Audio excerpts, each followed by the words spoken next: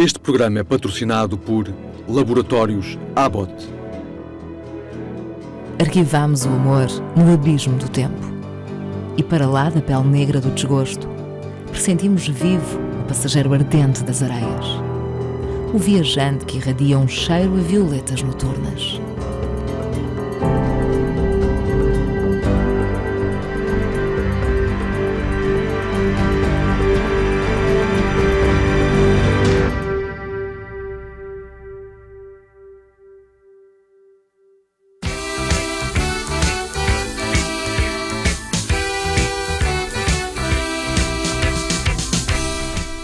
O Ocidente tinha feito todas as revoluções nos anos 60.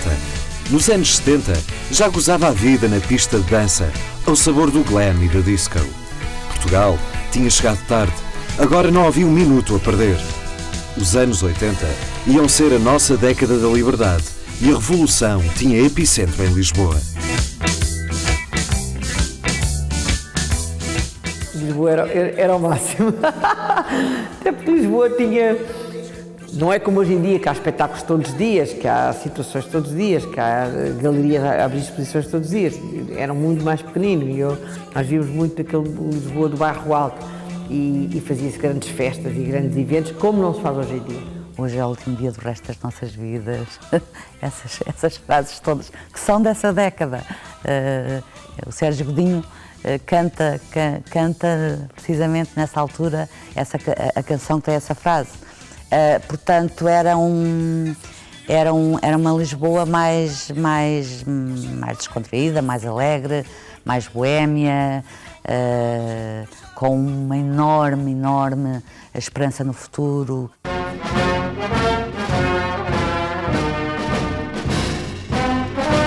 Tinha acabado a ditadura e a guerra colonial. Íamos a caminho da Europa.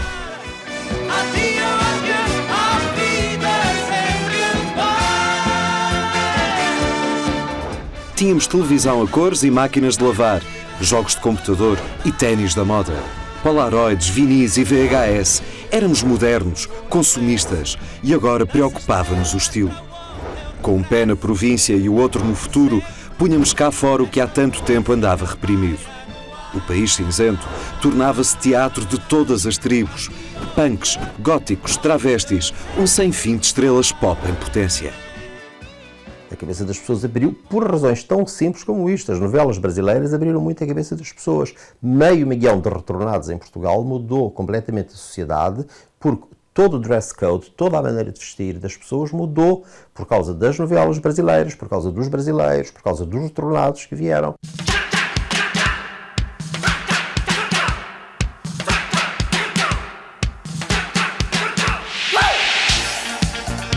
Já não éramos apenas a terra do fado.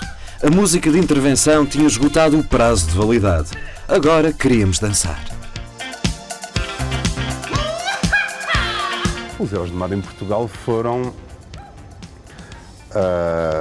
sem muita sombra de dúvida, foram a primeira banda pop portuguesa, realmente pop, aquelas que eles vestiam quase o papel de super-heróis, ou seja, tinham uma farda, uma roupa que vestiam quando estavam no desempenho das suas funções de heróis do mar. Sim, eu acho que se há uma coisa que eu posso garantir é que nós estávamos a viver e estávamos a viver no nosso tempo e estávamos a querer fazer as coisas para o nosso tempo, estávamos a querer trazer Portugal a bom porto.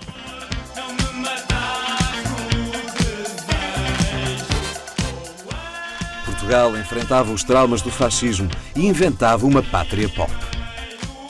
Os heróis não estão sozinhos na sua entreprise. Acho que há mais pessoas, o Edgar Pera no cinema, há uma série de pessoas e nós conhecemos todos, não é? E também isto é um cochicho para todos os efeitos, mas esses portugueses que queriam um Portugal contemporâneo, acho que se conheciam, a maior parte deles conheciam-se todos, os que estavam cá, e lutavam mais ou menos pelas mesmas coisas.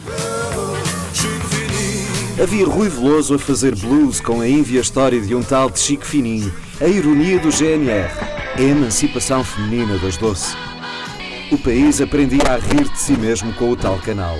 a ter autocrítica com Miguel Esteves Cardoso, a ser autêntico e moderno com António Variações. Quando te esforças mais do que é preciso, o corpo é que paga. O corpo é que paga. Deixa-o pagar. Genial, torrencial, absolutamente inesperado. António Joaquim Rodrigues Ribeiro, nascido em Braga em 1944, saiu do tempo e do país profundo da ditadura. Andou pelo mundo, regressou a casa e transformou-se em estrela maior da novíssima constelação. Aperta, o corpo é que sofre. A revolução está em marcha e tem quartel-general no microcosmos no centro de Lisboa, a noite do bairro Alto. Frágil, Papa à Sorda, Trumps, finalmente, pontos cardeais de um itinerário artístico liberal que perdera a vergonha e a timidez. Tínhamos democracia, eletrodomésticos, música e sexo. Agora é que íamos viver a vida. Ou não? Foi surpreendente a maneira como ela apareceu nas nossas vidas, o medo que inspirou, o puritanismo que inspirou nos anos imediatamente a seguir. Ai, que medo, sexo é morte, como dizia o Salazar. A 5 de junho de 1981, nos Estados Unidos, o Centro de Controlo e Prevenção de Doenças detecta um vírus desconhecido em 5 homossexuais de Los Angeles. A 3 de julho, o New York Times é o primeiro jornal a referir a misteriosa doença que ataca diretamente o sistema imunitário. Há já 41 casos reportados. É uma coisa um pouco mágica, percebe? Um pouco quase do domínio de uma certa feitiçaria, não é? Uma coisa que não se sabe bem como é que apareceu, julgo eu, e não se sabe bem como é que se vai resolver, não é? Na altura, uma pessoa pensar numa doença imunodeficiente, não é? Assim, quase parecia uma coisa de ficção científica desenhada por alguém, não é? Parecia assim, tipo... Desenha-se assim em laboratório um vírus e agora vamos lá ver o que é que isto dá. Chamam-lhe cancro gay. Depois, GRID. A sigla de Gay Related Immune Deficiency tem o requinte de soar a pecado mortal. Greed, ganância. Mas quando surgem as primeiras vítimas heterossexuais, começa a correr uma designação mais abrangente, mas não menos acusatória. Doença dos 4 Hs. Homossexuais, haitianos, heroinómanos e hemofílicos. Ou então, hookers, prostitutas. Por fim, os cientistas identificam o VIH, vírus da imunodeficiência humana, uma provável mutação do vírus da imunodeficiência símia presente em chimpanzés na região do Congo. Daí, trazido para o Haiti. Do Haiti para os Estados Unidos e dos Estados Unidos para o mundo. A doença de ficção científica tinha agora nome definitivo. Síndrome da imunodeficiência adquirida. SIDA. Não era exclusivo de nenhum grupo social. Para passar de um corpo a outro, bastava-lhe o contacto com o sangue, o sêmen ou outros fluidos corporais. E era mortal. A nossa revolução sexual, os nossos loucos anos 80, iam ter de ficar por aqui. Eu sou de uma geração em que veio a liberdade sexual, não é? Eu sou da geração da pílula, eu tenho 58 anos, por isso fazer amor era uma coisa perfeitamente, era uma luta das mulheres, era uma libertação e nós fazíamos, por ser muito mais novas, sem o problema de estar casadas, sem esses tabus, lutámos contra esses tabus. E eu acho que foi uma grande castração, a altura em que começou a aparecer doenças e no fundo tivemos que refriar um bocadinho a nossa liberdade. Eram anos em que sentíamos que tínhamos imenso futuro e que tínhamos tudo para fazer pela frente e que podíamos fazer tudo. E de facto, o começarem a morrer pessoas e o aparecimento deste vírus é de alguma maneira um primeiro sintoma de que se calhar nem tudo era possível. Bem vistas as coisas, não demoramos muito a saber o suficiente sobre a SIDA para nos prevenirmos dela. Mas se a infecção avançava a um ritmo galopante, os preconceitos demoravam anos a cair. Isto é um problema de pessoas que injetam drogas. Isto é um problema de pessoas, de homens que têm sexo com outros homens. Isto é um problema de doentes hemofílicos. E demorou tempo a perceber isto. E a resposta humana, e a nossa portuguesa nisso, infelizmente, se calhar até foi mais exacerbada que a de outros, é achar que como era um problema daquelas pessoas, não era o meu problema. Estávamos a viver um momento de política internacional quase idêntico ao que estamos hoje, não é? Um bocado conservador, de alguma forma. Tínhamos o Reagan no poder nos Estados Unidos. Ele dizia que aquilo era até quase que se considerava, era quase dito assim, off the record, que era bom, era uma doença que só estava a atingir os gays, portanto iam-se ver livres daquela atrapalhada toda, desde o pessoal todo gay, ia ser um alívio socialmente. Há quem veja no VIH um castigo divino. Uma revista científica chega a defender que a SIDA é própria do ato homossexual masculino devido à fragilidade do ânus e da uretra.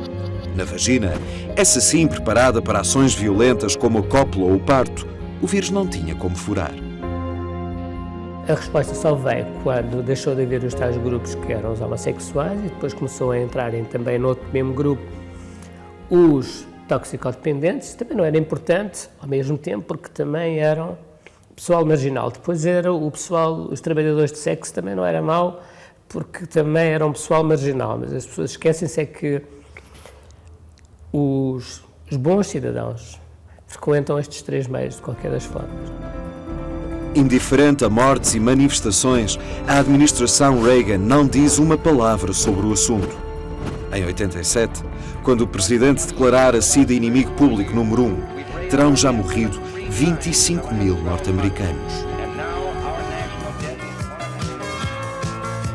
Quanto a Portugal, a muitos quilómetros de Nova Iorque ou São Francisco, as letras V e H ainda pouco diziam ao cidadão comum.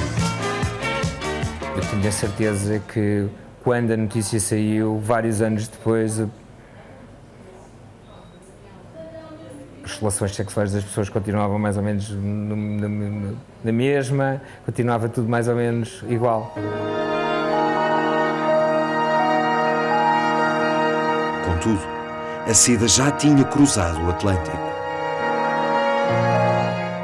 O primeiro caso identificado em Portugal e reconhecido como tal em Portugal foi só em 1983.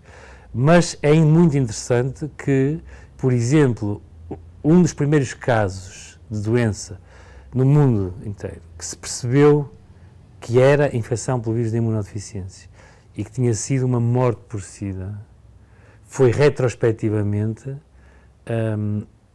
reconhecido num português que vivia em França. Bom, eu sou médica e, como tal, era impossível não perceber o que é que estava a passar. Eu devo dizer que tive a sorte de fazer a minha formação num hospital Egas Muniz, onde encontrei, na minha formação, o grupo de pessoas responsável pela descoberta do HIV-2. Em 1983, Odete Santos Ferreira detecta um subtipo diferente do VIH até então conhecido num grupo de doentes do Egas Muniz.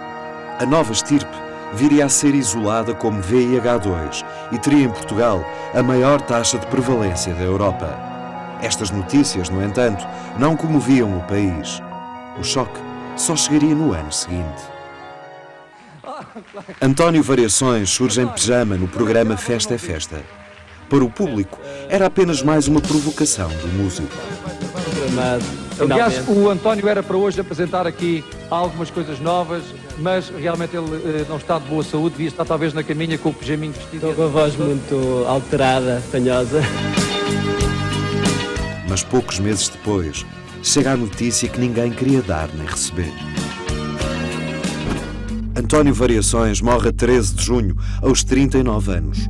A causa da morte é uma pneumonia bilateral, mas no dia seguinte, os jornais adiantam que por trás da fragilidade do sistema imunitário do cantor poderia estar o vírus da SIDA. O próprio diretor do Instituto de Medicina Legal admite a possibilidade. Segundo a imprensa, todo o material utilizado na autópsia foi destruído e o próprio caixão com o cadáver foi selado pelas autoridades do governo civil por haver perigo para a saúde pública.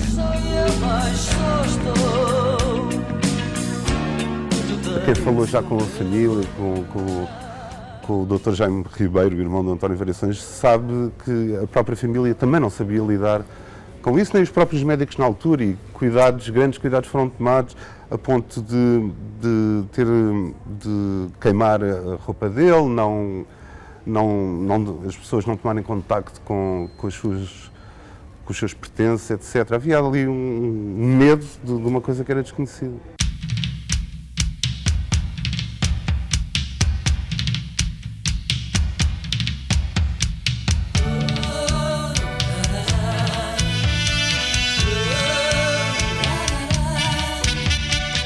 Se António Variações sofria ou não de SIDA, nunca seria confirmado oficialmente. Mas a sua morte tinha duas consequências incontornáveis. O Portugal que nascera depois do 25 de Abril perdia porventura o seu maior símbolo e acordava, por fim e de modo brutal, para a doença do século.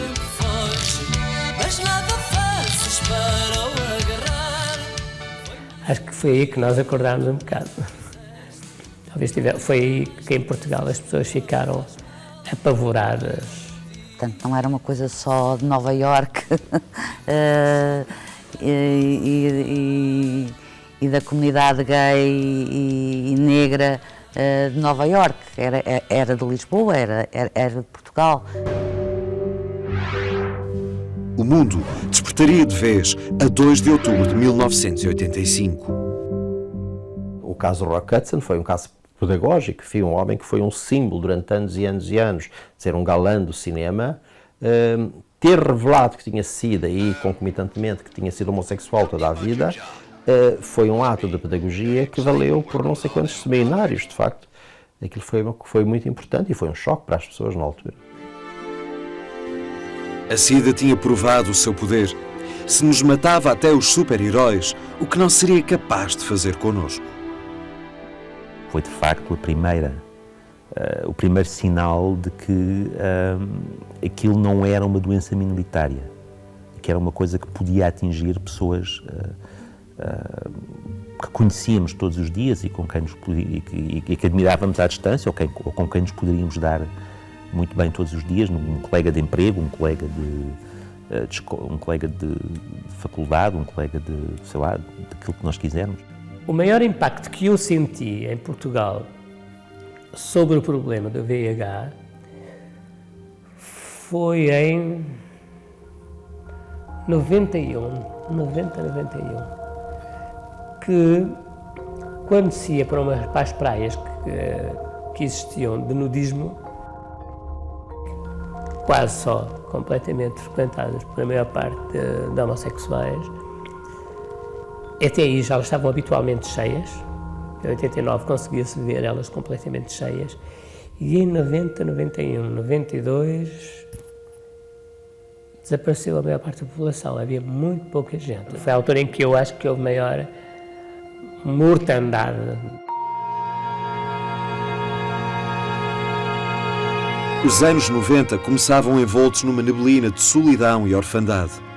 O mundo que parecia liberto da ameaça nuclear tinha encontrado um novo medo, um inimigo sem rosto que se confundia com o mal absoluto.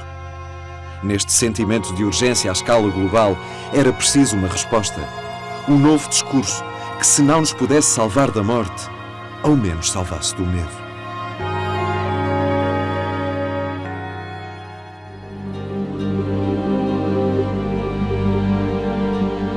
Um a um, inúmeros artistas sucumbem à infecção pelo VIH. A arte era cruelmente ferida pela SIDA, mas seria dela que partiria a resposta mais visível ao sentimento de impotência que tomara conta do mundo. Eram atores, eram jornalistas, eram cineastas, eram escritores, e era gente de todas as outras profissões. Não é isso que importa. O que importa é que estes que tinham todos os dias, por outras razões, entravam na casa, nas revistas, nos jornais das pessoas, tiveram a coragem cívica, tiveram a vontade e tiveram também a força para enfrentar aquilo que era verdadeiramente uma ameaça na altura. Em primeiro lugar, era urgente encontrar um tratamento para a SIDA. E para isso, era preciso dinheiro. Muito dinheiro. E houve muito dinheiro das comunidades mais afetadas investido na investigação, na pressão ativa para que se encontrasse uma solução. E isso é extraordinário na infecção VIH. É um exemplo, digamos assim, será seguramente um exemplo para o futuro de como, num determinado momento, num fim de um século, a sociedade se organizou de uma maneira diferente do que antes fazia para responder a um problema de saúde. A 24 de novembro de 91, um dia depois de assumir ser seropositivo, Freddie Mercury morre.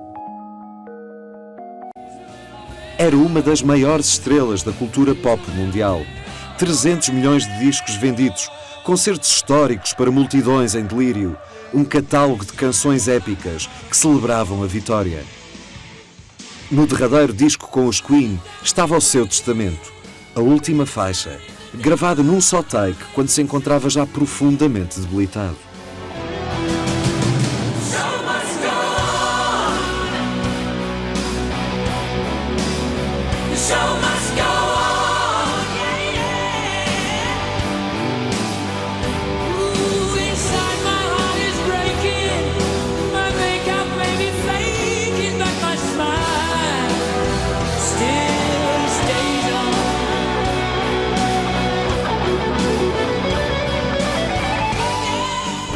O VIH prosseguiu o trilho devastador, mas como dizia a canção, o espetáculo tinha de continuar. No mundo de fantasmas e sobreviventes, enquanto os cientistas buscam um tratamento para o corpo, os artistas trabalham num para o espírito. Nova Iorque, uma das cidades mais martirizadas pelo vírus, é o centro de onde emana a reação. Esta causa da SIDA teve um impacto muito grande em Nova Iorque. Até porque em Nova Iorque e em alguns clubes nova-iorquinos, como o Studio 54, é que começam a aparecer inúmeros casos. Há quem diga que mais de 50% dos frequentadores do Studio 54, uma discoteca muito conhecida em Nova Iorque, ainda nos anos 70, foram vítimas do vírus da SIDA. Em 87, a ACT UP tomara a dianteira. Inúmeros artistas juntam-se na AIDS Coalition to Unleash Power para combater a negligência de autoridades e opinião pública em relação à SIDA. O símbolo que adotam é eloquente. Um triângulo cor-de-rosa, como o usado nos campos de concentração para marcar os homossexuais, com esta legenda: silêncio igual a morte.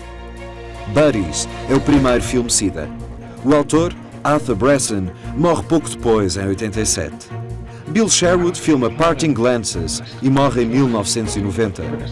David Wojnarowicz apresenta o polémico A Fire in My Belly e sucumbe à doença em 92. Em 89, Common Threads, Stories from the Kilt recebe o Oscar para melhor documentário. O filme de Rob Epstein e Jeffrey Friedman acompanha a história épica da colcha infinita, manufaturada por familiares e amigos de vítimas de SIDA. No ano seguinte, Companheiros de Sempre, de Norman Renay, também consegue uma nomeação da Academia. Mas a SIDA só se torna estrela de cinema à escala planetária em finais de 93, quando estreia Filadélfia.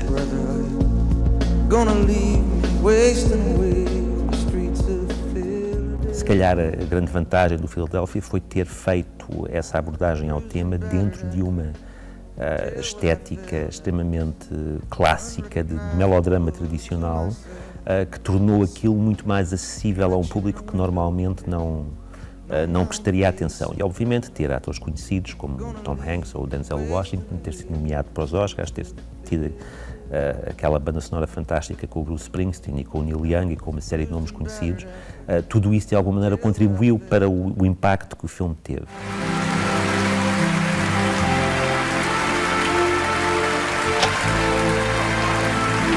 O tema da SIDA chega em direto a milhões de telespectadores quando Tom Hanks recebe um Oscar pelo desempenho de Andrew Beckett, um advogado de sucesso que foi despedido pelo simples facto de ser seropositivo.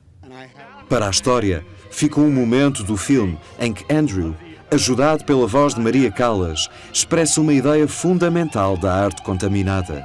A sida é morte, mas aqueles que dela padecem são vida e amor. I am love.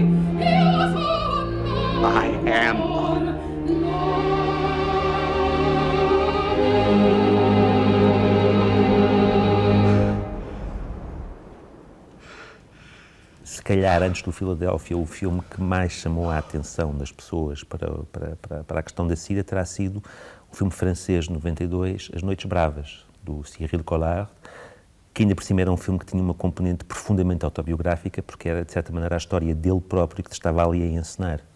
E ele morreu pouco depois do filme ter estreado e pouco antes do filme ter sido o grande vencedor dos prémios do cinema francês em 92 ou 93, não tenho agora aqui bem presente a data, mas na altura em que o filme ganhou os seus prémios na cerimónia dos Césares, ele tinha morrido 3 dias antes. Well, it's summer inside, and I'm a whisper of rainbows.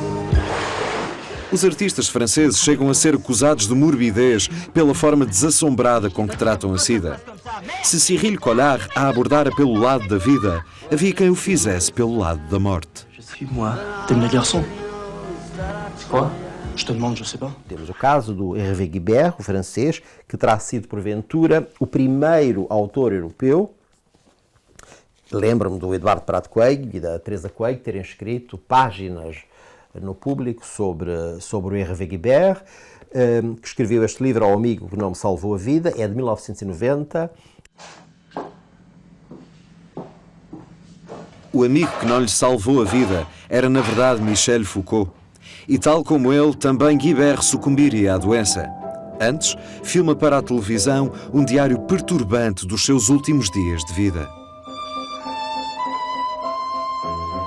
A partir daqui há imensos espanhóis, sul-americanos há imensos, a literatura chega muito pouco cá, colombianos, uruguaios, etc. No Brasil há um autor que praticamente toda a obra dele, que é o Caio Abreu. Ed Harris é um poeta seropositivo na adaptação ao cinema de As Horas, de Michael Cunningham. Susan Sontag escreve a SIDA e as suas metáforas. Reinaldo Arenas assina Antes que Anoiteça. Os últimos autorretratos de Robert Mapplethorpe já falavam de uma obsessão com a morte. Keith Haring, a partir do momento em que descobre estar infectado, contamina a obra com alertas. Félix González Torres, que perdeu o companheiro para a SIDA, ilustra a solidão com uma cama deserta e fala depois da doença que também o consome, com instalações de rebuçados que os visitantes podem tirar e comer. Na dança, Bill T. Jones dedica Still Here ao falecido companheiro e bailarino Arnie Zane. Alguns tratam a SIDA de modo explícito para que a mensagem chegue a um maior número de pessoas. Outros, de modo subtil, para falar dos sentimentos implicados. O que é interessante nas obras que podemos associar com a SIDA não é tanto a questão do vírus em si mesmo e da doença, mas o sentimento de perda e o sentimento de abandono e o sentimento de solidão. Madonna, Prince, Bruce Springsteen, alguns dos nomes cimeiros da música pop abordam o tema de forma clara. Já no teatro, é preciso ler nas entrelinhas. Provavelmente a peça de teatro que eu acho mais tocante e mais bonita sobre isto é uma peça chamada Jusque la fin du monde, do Jean-Luc Lagarce, que é um autor que morreu com a SIDA, e que é a peça de um homem que volta à província de onde é originário, está doente e não ousa contar a sua doença nem ao irmão, nem à cunhada que o despreza e com quem tem mais relações porque não tem filhos, nem à mãe.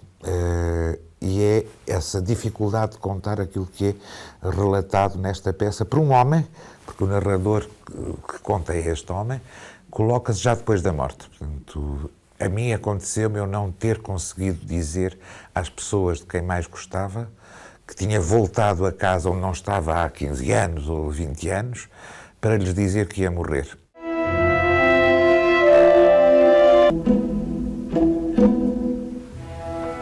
666. Em 93, a televisão leva a história da epidemia a milhões de lares, quando adapta e a banda continua a tocar. Obra do jornalista Randy Shilts, que morre um ano depois.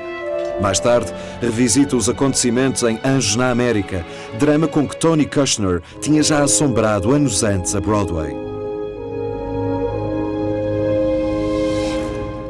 Durante anos, muitos criadores trabalharam o tema da SIDA.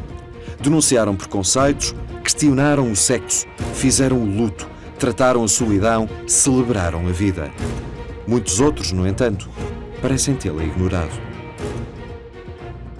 Os heterossexuais, os autores heterossexuais, ou que se querem considerar assim, não usam a SIDA como tema, como usaram, por exemplo, no século passado, a tuberculose.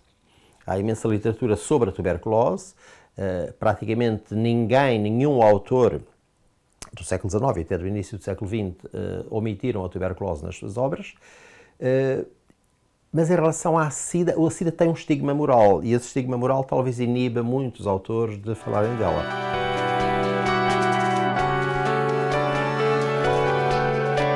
A SIDA carregaria sempre uma ideia de pecado e trazia associada uma palavra terrível: contágio. Contudo, se a arte foi sempre sobre sexo e morte, como poderia agora não ser acerca da SIDA?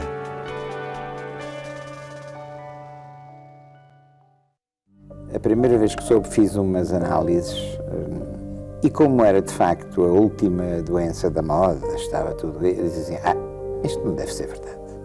E nunca mais me lembrei que tinha feito aquelas análises. Nem fiz. Ao contrário do sucedido em França ou nos Estados Unidos, há poucos casos de SIDA tornados públicos em Portugal. José Manuel Osório assumiu em vida ser seropositivo e tornou-se símbolo de resistência, sobrevivendo mais de 20 anos à infecção. Outro caso conhecido, embora póstumo, é o do manequim João Carlos. O que eu agradeço, por exemplo, aos pais de João Carlos foi eles deixarem, que foi com a atenção deles, alertarem, porque há 20 anos ainda era muito pior e foi um grande alerta mesmo para os jovens, na altura para manequins, para todo tipo de artistas, mas o João era muito conhecido em todo o meio e foi muito importante e nós termos dado a cara dele, percebe? Teria a doença do século passado ao lado de Portugal? Pois em Portugal as pessoas são todas muito saudáveis, são todas muito normais e, portanto, estas coisas nunca acontecem em Portugal, estas coisas só acontecem aos outros. Não, isso não vale a pena estar a falar de autores portugueses. Aliás, há pelo menos um grande autor português que morreu de SIDA e ainda até hoje não encontro em lado nenhum isso escrito. Precisa de ir a uma antologia feita na Inglaterra para descobrir isso, ou ir a 2 ou 3 textos meus em que isso é dito, porque as pessoas ficam horrorizadas quando se diz que fulano morreu de SIDA. As pessoas começaram a morrer. As pessoas morriam, desculpe-me a expressão, que nem tordos. Isso não foi tão visível cá como foi, por exemplo, nos Estados Unidos da América. São Francisco, Nova Iorque, Los Angeles, em que as organizações de apoio tinham serviços especiais para apoiar os amigos nos funerais diários. Pronto. Portanto, está a ver, e tinham espaço, inclusivamente, para... Isso nunca aconteceu em Portugal. Para as celebrações fúnebres, etc. De facto, essa situação nunca aconteceu em Portugal, por muitas variadas razões. Não é porque as pessoas não morressem. As pessoas continuaram a morrer. Mas obviamente, não morriam de SIDA, morriam de outras coisas. Portanto, doença prolongada, etc. O país era silenciado por outro vírus terrível, o medo da discriminação.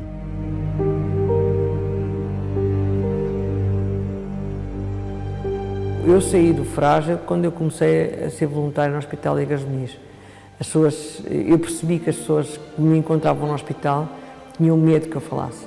As pessoas mudavam muito de Lisboa, iam para o Porto, do Porto iam para Lisboa, ou mudavam para outros hospitais, iam para Setúbal, para não serem tão reconhecidas.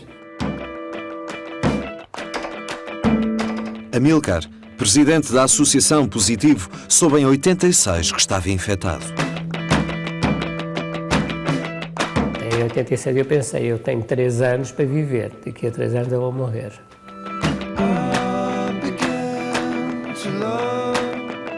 É um dos raros casos de figura pública que assumiu sofrer da doença. Eu também penso que comigo foi um bocado assim, foi um pouco empurrado para a frente por várias circunstâncias, não é? Porque Em 89, eu dei a primeira entrevista na Rádio Nova, no Porto. Em 90, voltou a repetir a entrevista no Porto, na Rádio Nova do Porto. E logo a seguir a empresa ouviu e eu fui despedido. Portanto, nessa altura o que eu pensei é que já não tenho um emprego, a saúde já não é muita, se calhar não vale a pena jantar aqui a perder muito mais tempo com tantas subtilezas, não é? Acho que foi isso que me fez me empurrar para a frente e continuar nesta luta de aparecer e dar a cara pelas pessoas seropositivas.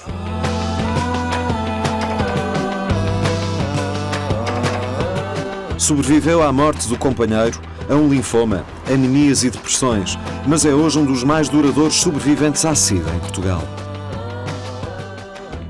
É uma história de vida como muitas outras como muitas outras são por aí que existem. Todos nós temos uma história de vida, não é? Há aquela expressão de que a minha vida dava um filme, não é? Toda a vida de cada pessoa é um filme diferente de uns dos outros, não é? É isso que é nossa, é isso o que faz, que é o ótimo na diferença que nós temos, todos diferentes e dizemos todos iguais. Eu acho que somos todos diferentes, ainda bem que somos todos desiguais, porque se fôssemos todos iguais isto era uma chatice de primeira. Arquivámos o amor no abismo do tempo. E para lá da pele negra do desgosto, pressentimos vivo o passageiro ardente das areias. O viajante que irradia um cheiro a violetas noturnas. O poema SIDA, de Alberto, ou o cartoon Preservativo Papal, publicado por António no Expresso, foram marcantes, mas não deixaram descendência. A arte portuguesa pouco olhou para a SIDA. O Guilherme Melo escreveu um livro todo sobre o tema, porque ele teve a experiência de um sobrinho que morreu de SIDA e o livro não é a biografia do sobrinho, mas pronto, é muito inspirado na vida. Eu não me recordo agora do nome do livro, andei à procura dele, deve estar para aí. Não é um tema que apareça, que eu conheça nem na ficção, nem a não ser quando são vagamente baseados em casos reais, como o Lobo Antunes e o João Pedro Rodrigues, vagamente baseados no caso de um travesti, lá está a história, que tinha um namorado que estaria infectado, e portanto aí, mas é uma espécie de ficções sobre casos reais. Morrer como um Homem, filme de 2009 de João Pedro Rodrigues, passa pela SIDA, mas não é o seu tema fundamental. Eu acho que aquilo que é muito mais interessante no filme Morrer como um Homem é muito mais interessante o lado da busca da identidade da pessoa que esteve tanto tempo a querer ser alguém para acabar por ter de baixar os braços e admitir derrota e dizer que nunca será a pessoa que sonhou ser. Acho que é muito mais isso do que, se calhar, uma coisa sobre a SIDA ou sobre a doença ou sobre o mal. Não conheço nenhuma peça de teatro ou nenhum filme que trate da transmissão do vírus por via que não seja sexual. Não conheço nada que trate da droga como, portanto, o fantasma da sexualidade, o medo do sexo, apoderou-se de mais outro medo que o puritanismo nos infectou. Há filmes, e há um filme português curioso, O Mal, do Alberto Seixas Santos, em que a transmissão não é por via homossexual. E isso é curioso que em Portugal tenha aparecido o tema sem ser na maneira mais convencional com que foi estigmatizado desde o início.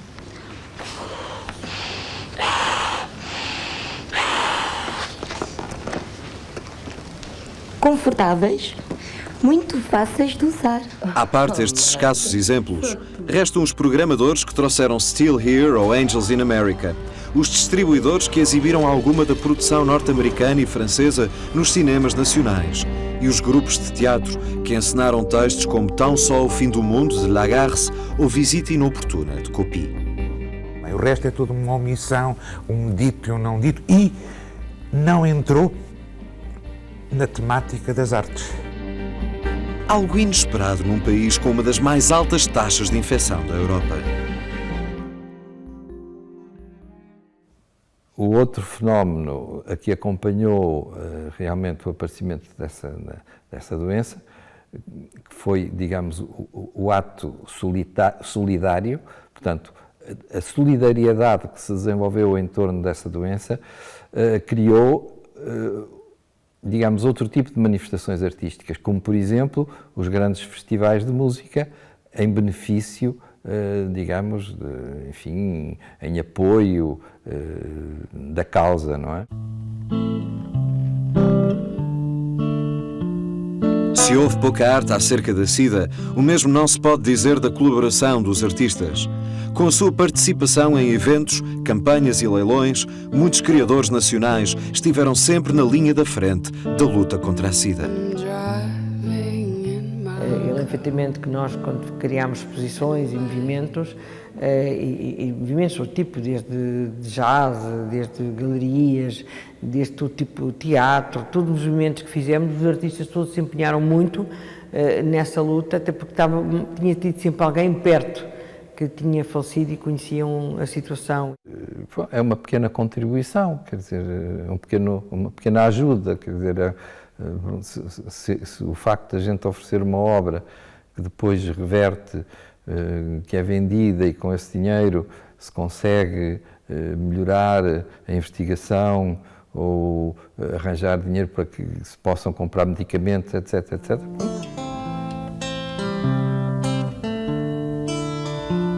De igual modo, os artistas foram sempre colaboradores próximos de outra instituição fundamental para contar a história do combate à SIDA em Portugal. Todo o meio artístico parava no Frágil. Isso também me deu uma grande ajuda para eu começar a história da Abraço, porque no fundo eu conhecia toda a gente e era fácil contactar as pessoas, contactar os artistas. Se não fossem as campanhas que a Abraço fizeram sobre VIH, sobre falar de SIDA, nós não estaríamos aqui a fazer este programa, de certeza absoluta, e ninguém na sociedade falaria tão normalmente de VIH e de SIDA como se fala. Agora é preciso dizer, a Abraço, quando começou, entrou em 1992 nas 15 maiores agências de publicidade e fizemos formação a dizer, passa-se isto no país e é preciso a vossa ajuda, e todas trabalharam para isso. Sim, esta foi provavelmente a doença que gerou uma consciência pública maior e um envolvimento, se calhar, das empresas de comunicação, das agências, de todos os atores maior. A primeira campanha que nós fizemos foi em 92 com um dominó. Eu hoje, outro dia, achei graça ver uma campanha que está aí de um comercial com um dominó. E isso quer dizer que as nossas ideias foram sempre muito válidas. Temos uma campanha com um padre, temos uma campanha com abutres, temos campanhas para mulheres, temos campanha para... Essencialmente, nós fizemos sempre campanhas para jovens, para toda a gente. Temos uma campanha que foi fortíssima com o Carocha, em que entrou o GNR, e isso foi, nessa altura, até nos agradeceram, a Guarda Nacional Republicana nos agradeceu, porque tinha sido muito importante para eles ter uma posição, uma forma de estar positiva e de alerta. Os estágios é muito bonito, mas depois ninguém nos dá trabalho. A publicidade tornou-se um novo plano artístico, contaminado pela urgência de falar sobre a SIDA. As campanhas de Calvin Klein assumiram o look heroin chic, que remetia para a infecção por drogas injetáveis. O trabalho de Oliviero Toscani para a Benetton foi frequentemente chocante, mas eficaz. Utilizava-se de uma forma muito cruel alguém que estava infectado, alguém que estava a morrer, de modo a fazer um apelo à consciência, de modo a chocar, de modo a conseguir que o receptor da mensagem pudesse ter uma reação que podia ser inicialmente negativa, mas que tomasse uma consciência concreta de que se tratava de uma doença perigosa e de facto de uma coisa que podia envolver perigo de morte. Ambos tinham a ganhar. A luta contra a SIDA ganhava um aliado, a marca, um carisma. Como provavelmente não tinha nada muito relevante para dizer acerca das características intrínsecas dos seus produtos ou sobre a sua eventual preocupação estética, encontrou, reforço, no quadrante social, um espaço vazio que a posicionava fora do mainstream, encontrando ali dotando a Benetton de uma característica demasiado carismática até para aquilo que era a oferta, para aquilo que é a oferta da própria marca. Na segunda metade dos anos 90, ninguém no mundo desenvolvido podia dizer que não sabia como se proteger da SIDA. O laço vermelho, símbolo da luta contra a pandemia, era um ícone da moda.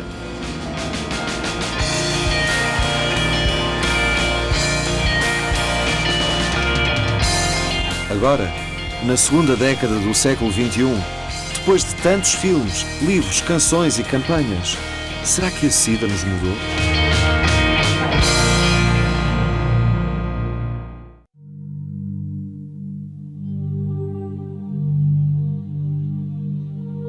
A SIDA mudou tanto a vida das pessoas com uma revolução industrial ou com a Primeira Guerra Mundial, e a SIDA foi esse abanão. A SIDA, em 1981, começa paulatinamente a mudar a vida das pessoas, ao ponto a que chegamos hoje.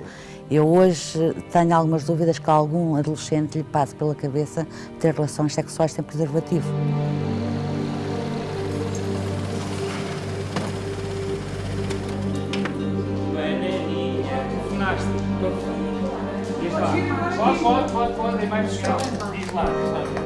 O preservativo tornou-se tão cotidiano como uma peça de roupa. O material de injeção deixou de ser partilhado. A medicação antirretroviral apareceu em 1996. Graças aos extraordinários progressos médicos, a SIDA já não é uma sentença de morte inapelável. O que nós podemos dizer é que neste momento a esperança de vida de uma pessoa que vive com a infecção e que é convenientemente, que é adequadamente tratada, é muito próxima da esperança de vida dos seus concidadãos sem infecção.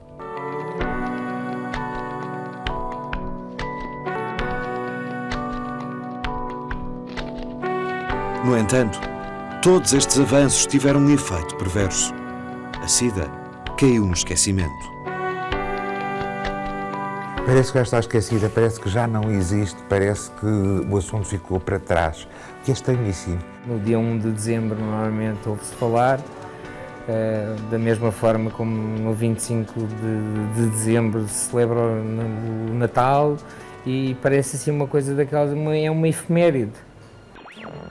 Na imprensa dos países desenvolvidos, a cobertura de temas relacionados com a SIDA caiu 70% nos últimos 20 anos. A SIDA desapareceu das notícias, desapareceu das conversas e desapareceu da arte. Eu creio que a ficção portuguesa tem muitas dificuldades em lidar com a realidade premente agora. Não o tinha nos anos 50 ou nos anos 60, onde qualquer escritor ansiava por se encontrar com um tema presente. E mesmo escritores menores, como o Fernando Namora, o Domingo à Tarde, que é passado no Hospital de Oncologia, que tinha acabado de ser formado e que passava a ser uma doença da atualidade, mas nada disso tem vindo a acontecer, porque é uma espécie de... Agora, ou se passa tudo nas memórias da guerra colonial, ou então o Dom João V. What are you trying to tell me, babe? What are you saying? A nível global, a situação não é diferente. Em Os Informadores, filme de 2008 que adapta um romance de Bret Easton Ellis, uma mosca simboliza a mácula da SIDA, numa Los Angeles tão perfeita como vazia. Mas o filme passou ao lado. Pareceu datado, anacrónico. Se calhar, a SIDA já não existe. A SIDA existe e nós temos uma das taxas mais altas de infecção, em termos de população, as taxas de infecção da Europa. Segundo um estudo recente, 42% dos 6 mil jovens inquiridos em 29 países não usam preservativo em primeiros encontros. No caso português, os números sobem para 50%. Vale a pena correr o risco, é o que as pessoas acham, vale a pena correr o risco de não usar preservativo, porque já não se morre de SIDA. O que não é verdade, porque em Portugal, pelo menos, morrem anualmente entre 1.000 e 1.100 pessoas todos os anos. Nos últimos 10 anos, os casos de infecção por VIH caíram 25% em todo o mundo. Mas em Portugal, os números não desceram. Nós próprios não conhecemos o número correto de seropositivos. Diz-se que é à volta de 40 mil. Eu penso que é mais.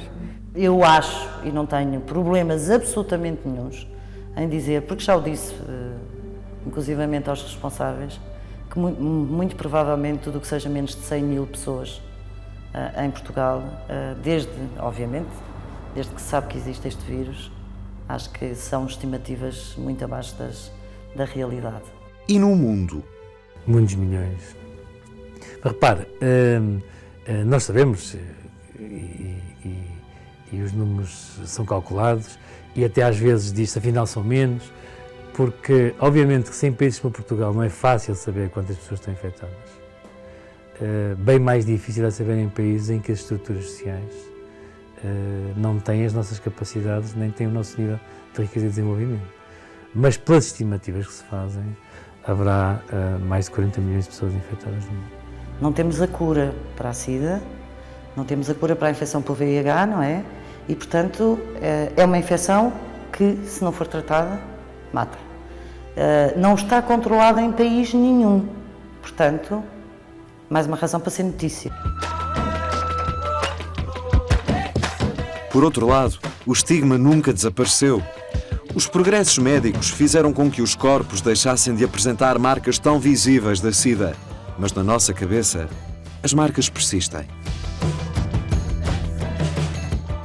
Esta doença continua a estar associada a grupos marginais, quer se queira, quer não. Isto nunca se deixou de estar com todo o passado que vem lá de trás.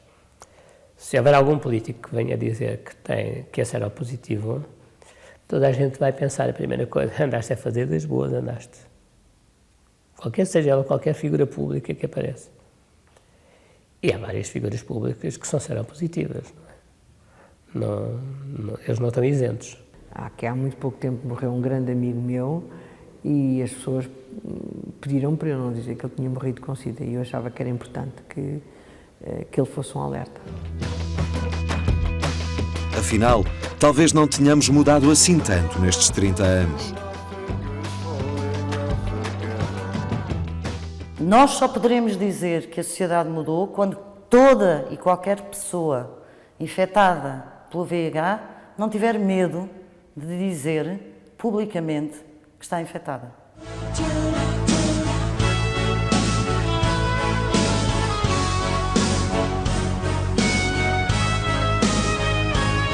Fizemos um longo caminho desde 1981, mas ainda não exorcizamos todos os demónios.